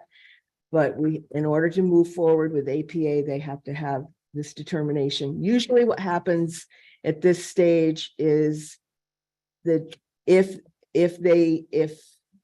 the engineer says that it's designed correctly, and if the planning board moves on it and the town board moves on it, it's usually done with a condition that the whole subdivision is approved in the end. Again, this is just the preliminary stage right now. This is allowed for in the zoning book. That we being, in this case, the planning board can request to have an engineer. Correct. So At the cost basically, of the the applicant applicant. has to pay the engineer who advise us. Correct. So I'm comfortable getting free advice.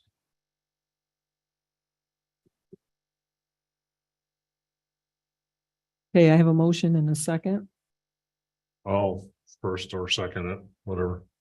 You got a I have first and that. second on it. All in favor? Aye. Okay. That's it for what I have for resolutions, unless you take some kind of action on the next two. We have this discussion on youth commission. I think we worked out a deal with Hadley, I think, Gene, you want to come up and, just lay out the plan for the board? You all got a copy of it. Sorry you had to wait so long. It was falling asleep. Jean Romer Cieslik, I'm from Hadley. I am the youth director in Hadley, and we were discussing combining some resources monetarily, because last year when we ran our program, we ran it for 6 weeks, 2 days a week, and it was funded completely and totally by Hadley and Saratoga County. And what we did was we charged a very minimal monetary fee for the Lake Luzerne and any other youth that participated. And after doing the numbers and everything, we had figured out it was about $122 per child for last year's program. And we had close to 100 kids that participated in 2 to 4 weeks of planning. This year, we've had more time planning, so we'll be advertising more. So I think that there will be many more children that will be attending.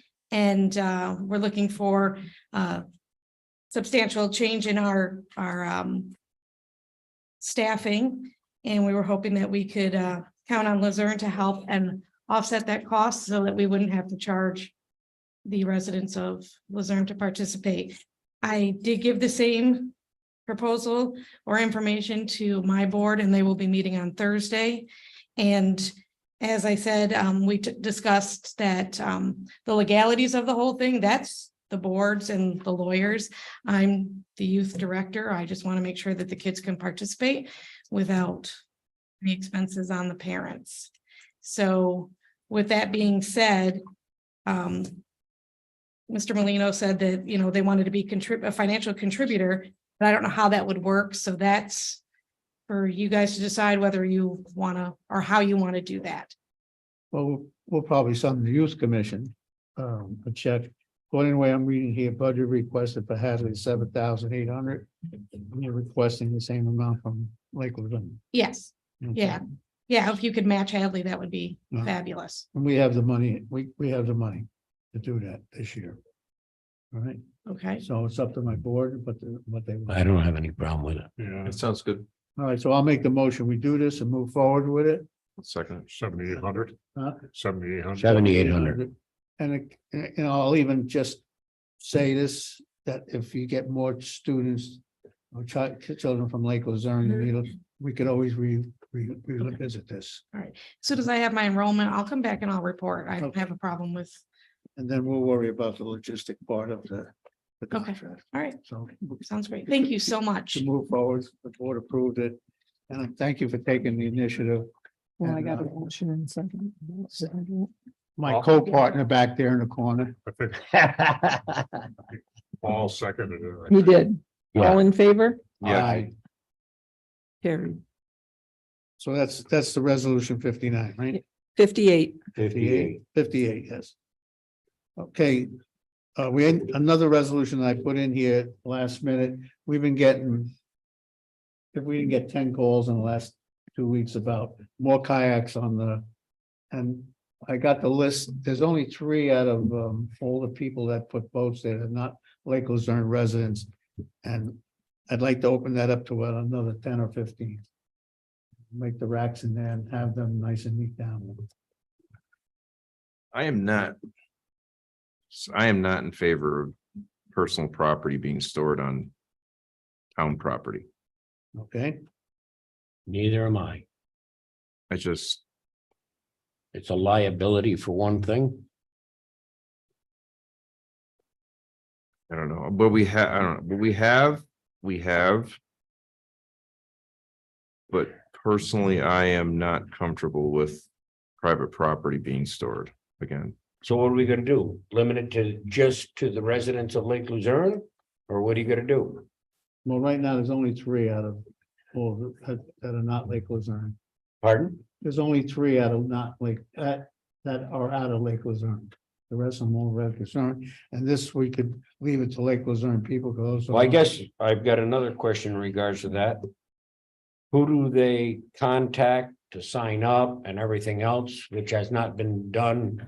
There's kayaks down there right now that don't have any numbers on it. There's a list there, it dates and it says right on it to contact a person that no longer works for us. Okay, Well, right now, we're having Rick do it, buildings and grounds. Was there kayaks there all year, all winter? no, there was not.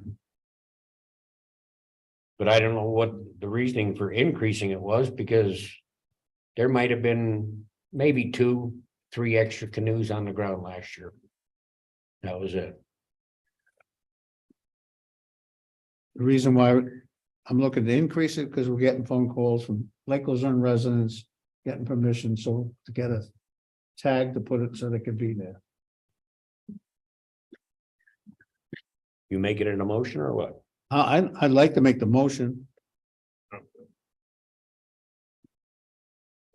Are the racks already spoken for already? What we got there, yes. How many is it roughly? I had the list with me. I don't have it with me right now. So I, however many racks there is, they've already been signed up. for. right. That's why we're getting calls. I think Cindy told me a couple, right? You get it? Yeah, then we get more calls. Then we're gonna get more call. I just, again, if we're putting people's private property on town property and then we're not allowed to leave. Someone can't set a tent up there and come back and use it the next day. It's I kind a of little- got a bad taste in my mouth. I think it was the last whole rigmarole that caused, yeah. when we were criticized for providing a free service. I don't know, I think it's. I'm not comfortable with that. And it's nothing, I understand where Supervisor Merlino, we wanna provide a service if it's just, this is private property. I don't like that. I'm just very uncomfortable with it. All right. Then we're responsible for it. What we have. It's already there. Again, the horse is already out the door on that one. Why don't we revisit it in a month? Is that a waste I of time? don't know if that would change my Probably opinion better on, off doing it at the end of the season. Keep it close. I don't know if that would change my opinion on private property being stored on town property. Yeah. I mean. Unless, I don't know. I don't All like that. I think it's a, So we'll just table it. Ron, any report? Wake up. Finally?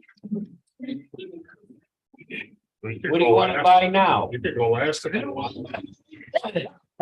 it's already, he's walking around. You want more money though for paving. Boy, I like- Here's some pictures of that truck that we refurbished.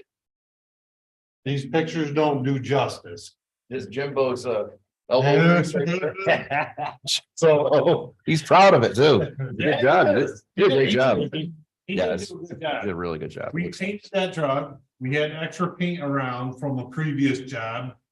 But I would like a board member, you guys come over, take a look at it, cause it came out good.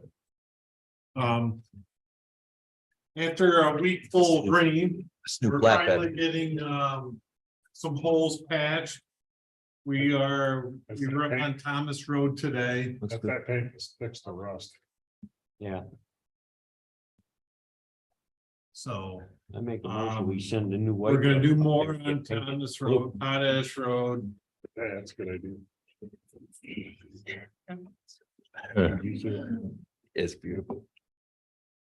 I did a little report on the roads that I would like to pave. I'm at 316,000 right now. That's not even including the backside of Lake Tor or Howe Road. I don't know what I'm getting for chips yet because the budget hasn't passed.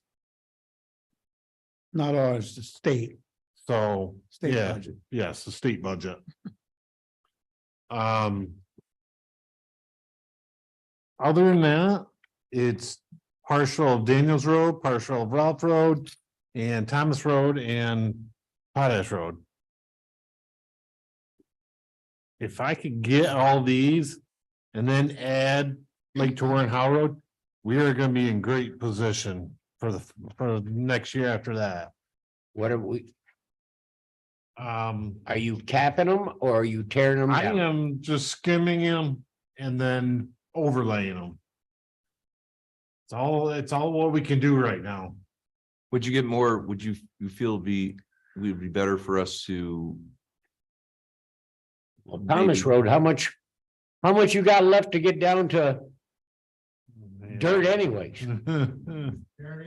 You showed me a piece of blacktop that was Yeah, between it an was- inch and an quarter thick. It was an inch or less. That's how thick that road was. Yeah, it's We nothing. cannot blame these plows because of that. No, So that's what my question, it's what, because of the previous bosses that didn't do their damn job. So that's what I'm saying. So how much is it gonna be to tear that down? Are you down, you might as well say? no, I'm not. No, we've already got a base. We can work from it. Okay, so you gotta dump what? We go 3 inch on it? we get rid of all the potholes and stuff, smooth it out, and then overlay on top of that. That's gonna be how thick? That would be about 3 inches. Okay. That'll last 100 years. It'll last my time. How's that? It's a heavy use road too, because the buses, the tubing, Yes. the rafting, that Yes. it needs attention or it's really gonna deteriorate. Absolutely. It's gonna chop it right up, the Yeah. buses, so Yeah. it does need attention. Turn it back to. Like I said, that was my question. I know you got a hard dance to do.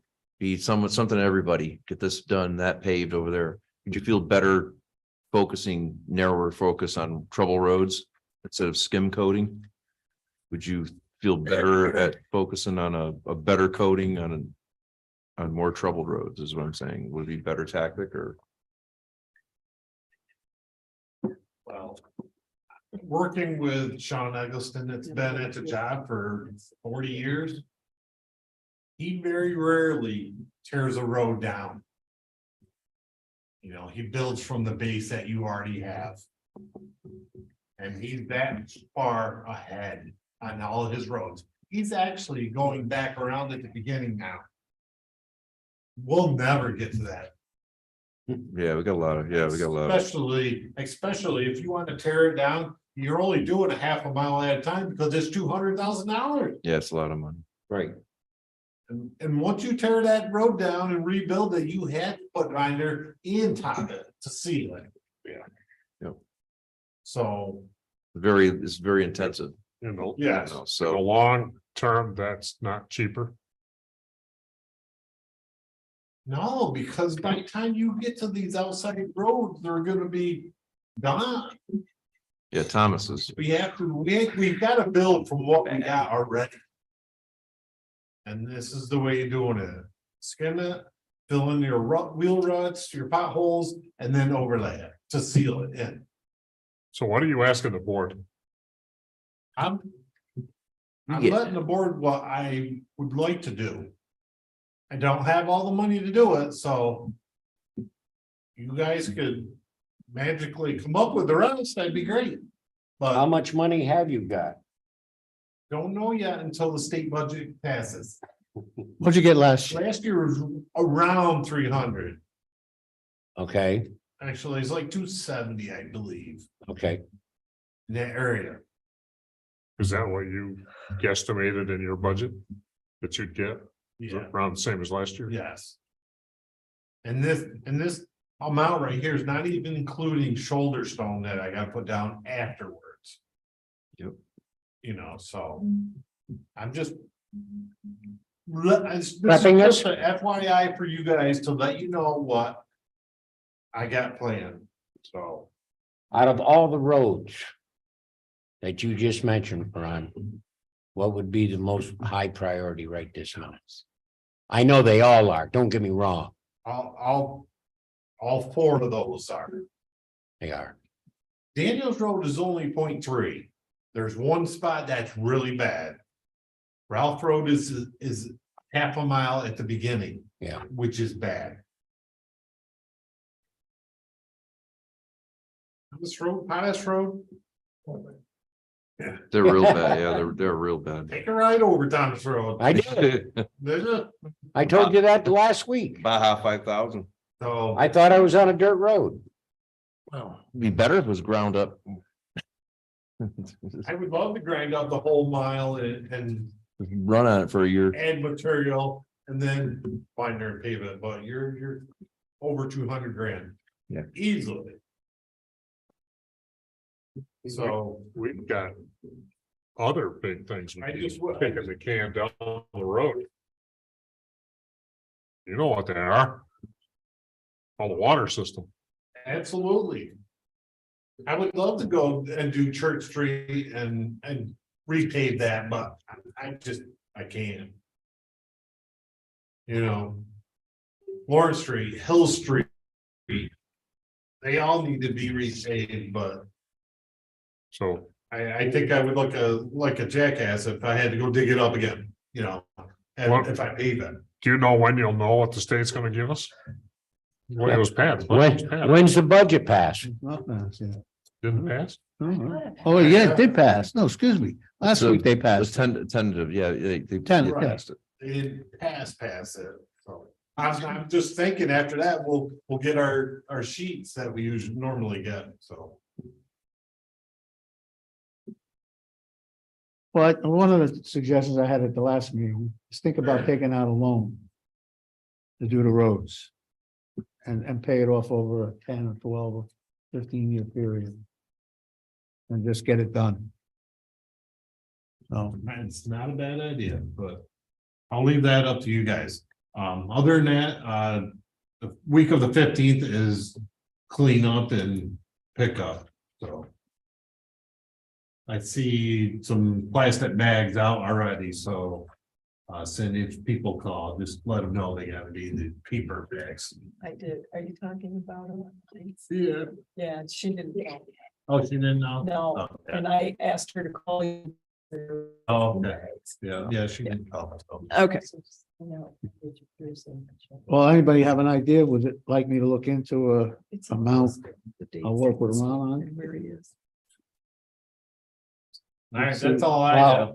Enjoy. We've already talked to the engineer in regards to possibly getting a study done in regards to our meeting last Water. Wednesday, was it? Water, yeah. Okay, on the water, which all falls back into Ron's situation on Church Street and that also. Okay, until we find out and finalize that part of it and join it all in at one. You can find out, but if we can get, if we're going out for a loan situation, you know, your banks and things aren't going to be the best way to go. He even said that at the meeting. Okay, we're looking for funding from other means other than going to your local bank. Oh, okay, all right. Okay.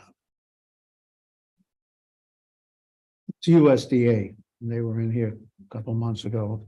The interest is a lot cheaper than local banks, but if you want me to find out, I will check it out, find out what it's gonna cost. Doesn't hurt.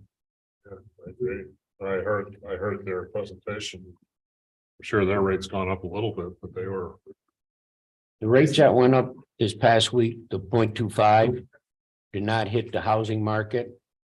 That increase on interest was basically based on credit cards, believe it or not. Gene, I'll print this up and put it in all your boxes, so you have. And this is it's rough numbers because once the oil index fluctuates, these prices fluctuate. Yeah, So, all right, just get it to me. Anything else? Nope. Karen, Putney? Okay, very briefly, my report I've given to all of you that stands as it is. If you have any questions, let me know. And I'm going to ask Chris Casay to come up to the mic and give us a short report on the septic sewage smell issue that we've got going on, just to update you where we're at with that.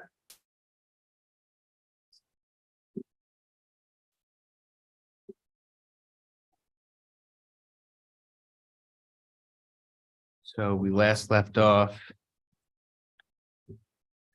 We tested down at the bottom of Traver Street.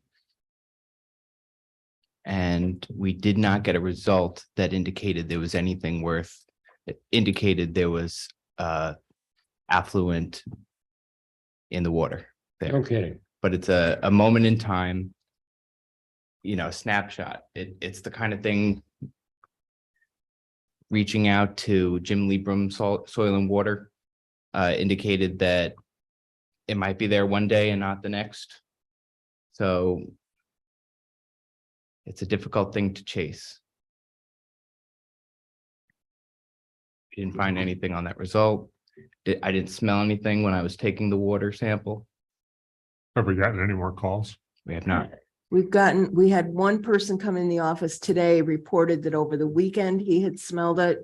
And we went down ourselves today and checked and we could not smell anything. We were wondering if, we've done 2 samples at 2 different places. We didn't know if you wanted us to do any more different times or just keep an eye on it. And if we do smell it, do a water sample then and submit it. Do they have a machine that can be left there? No, you take out a little individual bottle of, sample. And there's a limited time frame that we can Wow. submit Yeah. the sample. It's like an 8-hour time frame that Regular you water have. Sample. I didn't know if you could do it in regards to possibly by smell. They make machines for everything today. So you're saying the gas by Yeah. smell that you could test the gas that's coming out of there? Yeah. Well, that's something we could look into. We didn't consider that. Well, we could ask that company that we've been dealing with the water samples. They're an environmental company. Right. We'll look into it. I don't know what the cost would be, but we could look into it. Well, we're not, like you're saying, you're picking up today and not tomorrow and this. And that's done by water, of course. And if they make a machine, which I would imagine that can test, Yeah. and Well, hold the we'll find smells. out. We'll see. We can talk to people there and see what they have. Both of those machines that can do that. Oh, very much so. Like carbon monoxide, stuff like that. Right. And that would pick it up. At least that way we would say, and most of the machines that I'm talking about, just like my CO2 detector, it gives a reading of how many parts per million or per 100 are in the room. Okay. So there's got to be something out there For septic, for testing. the septic test, the only test that we were performing or we know will have results that are interpretable is this fecal coliform test. Right. So, Which is in the water. which is in the water. So, yeah, if there's something, we'll have to investigate to see if there's Yeah, give it a gas. shot. Won't Yes. hurt to ask. It's no different than getting a permit to go into a tank under OSHA requirements to do, some type of work in there. And there's a bunch of tests that has to transpire before you go into that tank. Is there a possibility we're looking in the wrong direction? That it's a source outside of the drain pipe? Well, considering the reports we've had, they seem to indicate it's coming out of the stormwater system. Except that day you and I were out there. And Councilman Niles and I had an experience walking up to the stormwater drain, which happened to be the drain that was reported. But several houses down, we smelled a much stronger smell, only in a very narrow corridor from the sidewalk. And we've not been able to smell that since. Yeah. Where the windows. It was when it was very wet. It was. Yeah. Boy, you would have thought you would have smelled it on Friday or something like that. It's We've like not rain been is able to bad. smell it since. No kidding. Spring runoff? Definitely was not coming out of that drain that day. No. Right. Is it spring runoff? Ground defrosting? We could see it, Make it smell like a. Yeah. but both of us Definitely. within 2 seconds of each other walking on the sidewalk. Well, Both looked at each other and said, smell that? This right wind direction was probably cutting There across wasn't from. any wind that day, was there? very minimal. But Really? it was in the same area that all these other, the drains, the stormwater system is in. We discussed previously that there's a shallow soil base there. Right. and not enough room for a fully functioning septic system. The house we were in front of. Or the house next to the one we were in front of, I forget which, had pond and water in the backyard. Well, that whole area's got pond of water in there. Well, we didn't see ponds elsewhere, so if it's something that we need permission to go onto their property to test that pond, is that something that we should consider? If it's a one failing septic in that proximity that's affecting everyone else, that might be a course that we have to take. Mary, what would be the legal rights that we have to have them go on somebody's property and take a test?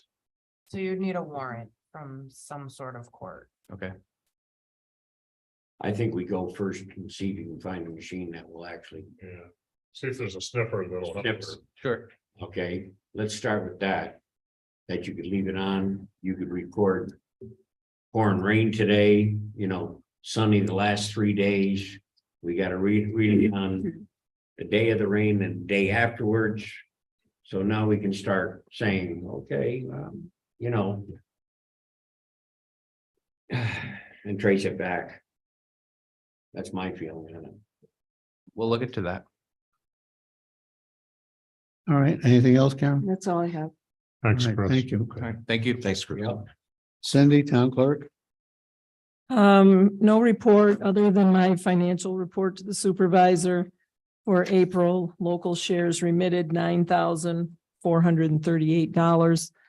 Plus, a gentleman from the Rod and Gun Club, Thomas Suprenant, happened to catch a pretty nice picture of the lake with the sun. And he brought that in and donated it to us. So Cool. a thank you to him. That's all I have.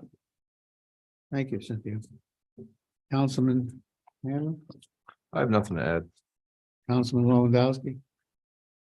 We possibly got a situation that up on off of Reed Park Road up there at Pine Log Colony.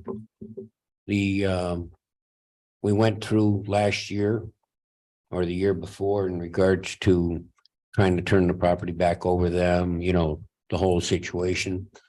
And they went and did not want to do it, which now leaves us with a building up there. And at that time, they said there was needed of over $10,000 to bring it back up to snuff. I do not know, and I'd like it to take a look at. And the reason for it is the liability. If there's $10,000 worth of work that's got to be done on that, is the town going to be willing to fix it? So the people up there in Pine Log Colony is got the use for it, or what we're going to do? Well, we tried to give it to them I know, and let them maintain and keep it. that's They tore us correct. down, so. Or do we take it? Maybe we should just tear it down and clean up the property. Is that piece of property a buildable lot? No, I don't think so. Right, Karen? I think that piece of property is a road. No, No, it's a small piece. I think it's a small piece. I think it's just under half an acre, and probably in that area, you could probably get I'll have a to look at variance. it. I thought it was the road going in and that No, that gazebo was, it's the road going in plus a section to the I'll look. at it. right-hand side, I'll see. I'll look at it. okay? Might be easy, if we find out it's not buildable, then it might be easy to just take it down. Well, And put it out the bid, that somebody on either side of it might wanna extend their property. either that, or do we say, hey, guys, if you want to continue using this, you put your own money in it. It belongs to the town. That's the problem, That's okay? Yeah. Do we even have insurance on that building? Do we know? that's my I concern. bet you don't even know. The liability of the I town. don't think we do. So in other words, if somebody's in there or falls through the floor or anything, I think it's something we ought to check and make sure we got insurance on it, at least for a liability aspect. Well, up until last year, they thought they owned that. Yeah, right. Oh, I'm not disagreeing. So That's that- why I'm saying. I doubt very much if the town has any insurance on it. Yeah, well, I think that they thought they owned it, so they were maintaining it up until then. All right, we'll look into that. Yeah, if you would, please. The only other thing I've got, Gene, is I'm kind of getting tired of people coming asking me in regards to things being done, and I have no idea what to tell them. I found this week, we're up building a bandstand up at the pavilion. A man during the week, before I even saw it under construction, what's being built up there? I'm just asking if you would please, for courteous, is to contact the rest of the board and say, hey, I'm doing this. I got no objection of what you're doing. But I think out of common decency, you ought to inform the rest of the board. Can you do that? I can do that. Okay?